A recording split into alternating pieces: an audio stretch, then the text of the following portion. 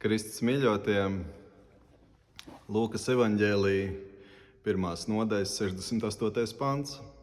Slavēts ir tas Kungs, Izraēla Dievs, jo tas piemeklējis savus ļaudis un tiem gādājis pestīšanu. Šie ir Caharijas, Jāņa Kristītāja tēva pirmie vārdi, ar ko iesākās brīnišķīgā himna, ko viņš veltīja Dievam, tad, kad Jānis Kristītājs ir piedzimis. Rītdien mēs svinam Jāņa Kristītāja svētkus, un kā tas mēdz būt, ap to ir arī daudz jautājumu. Un tad vai kristietis vispār drīkst svinēt šos svētkus, no kurienes šie svētki, un kaut kādā ziņā arī, kāpēc tik nozīmīgi viņi mūsu tautā ir, ka par to svin arī plaši ārpus baznīcas. Pirmkārt, Jāņa Kristītāja diena ir viņa piedzimšanas dienas svinēšana. Kāpēc vispār ir svarīgi svinēt ārpus paša Jēzus dzīves notikumiem, kā viņa piedzimšana, viņa krustā nāve un augšām celšanās? Kāpēc mēs svinam svētkus ārpus tā? Kāpēc mēs pieminam Jāņa Kristītāju, apustuļus un kādus citus svētos baznīcā? Tamdēļ, ka Dievs šos svētos ir izredzējis, aicinājis, un mēs pateicamies Dievam par to darbu, ko viņš darījis. Jāņa Kristītāja diena mūsu tautā ir nozīmīga ne tikai baznīcā, bet arī ārpus baznīcas. Un kādi grib apgalvot, ka tas ir tamdēļ, ka tie ir pagānu svētki, kurus kristīgā baznīca ir tā kā nozagusi vai piesavinājusies, bet patiesībā ir pavisam otrādi.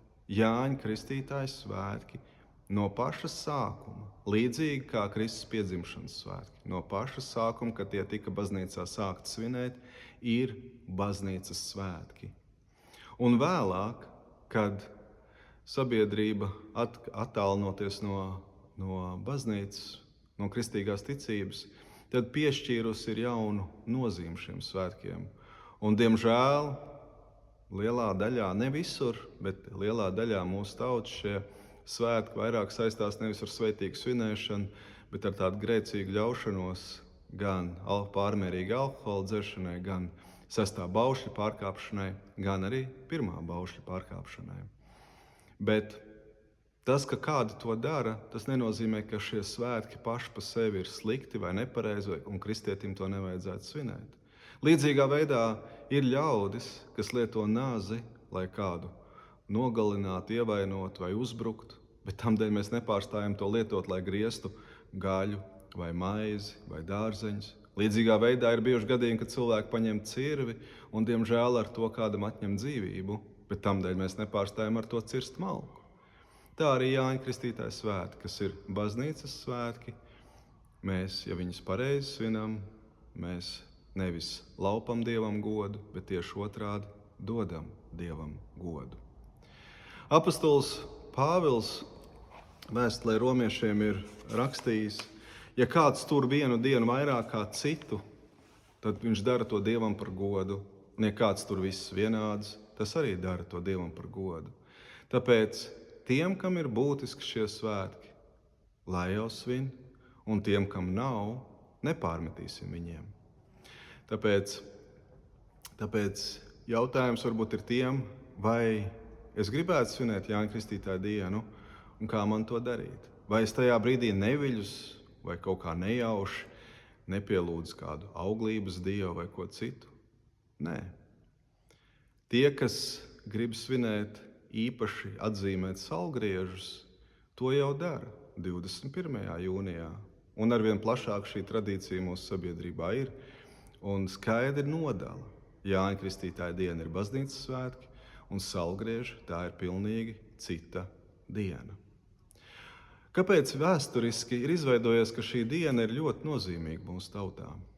Tamdēļ, tas ir paradoxāla vēsture, ka pirmā cumfte, jeb ģilde, kurā latvieši arī ne tikai varēja piedalīties kā amatnieki vai kā darbinieki, bet kur arī varēja paši būt pie varas un noteikt lietas, bija alus nesēji un vīna nesēji brālība, jeb cumfete, kur paradoxālā kārtā patrons, jeb, kā teikt, tas, ko viņi uzskatīja par savu aizbildni, bija Jānis Kristītājs.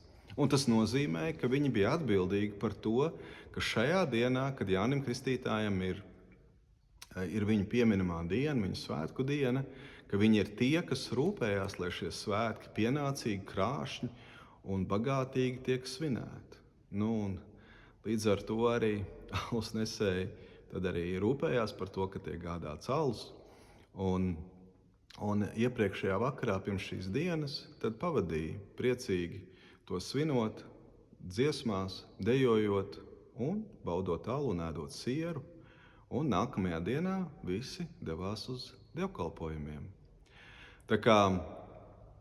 Tā bija viena no lietām, kas veidoja latviešu pašapziņu, kur var redzēt, kur latvieši kā tauta parādās. Tāpēc arī šie ir sava veida arī tādi mūsu nacionālie svētki, ko padomju laikā mēģināja apspiest, ko mēģināja aizliegt. Un tā arī bija sava veida svinēšana savulaik kā tāda pretestība padomju okupācijai.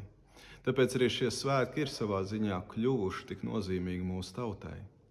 Bet neaizmirsīsim, kas ir Jānis Kristītājs. Jānis Kristītājs, kā man aizmugurē ir, jūs redzat šajā gleznā, viņš norāda uz Kristu. Viņš saka, atgriezieties no grēkiem. Un tamdēļ svinēsim Jāņa Kristītāja dienu cienīgi, bez baušļu pārkāpšanas, bet ar priecīgu sirdi. Par to, ka Dievs ir dāvājis mums Jāņa Kristītāju, kas mums rāda uz Kristu, ar pateicību, ka Kristus ir nācis, lai mūs glābtu, un arī ar pateicību, ka Dievs mums tiešām ir dāvājis tik skaistu zemi, kurā varam dzīvot, un arī tiešām varam pavadīt šo laiku kopā ar radiem, draugiem, šo vakaru pirms Jāņa Kristītāja dienas. Bet Jāņa Kristītāja dienā visi mīļi aicināti uz dievkalpojumu šeit, Ventspils dievnamā, pulkstens 12. Lai svētīgs jums šis laiks!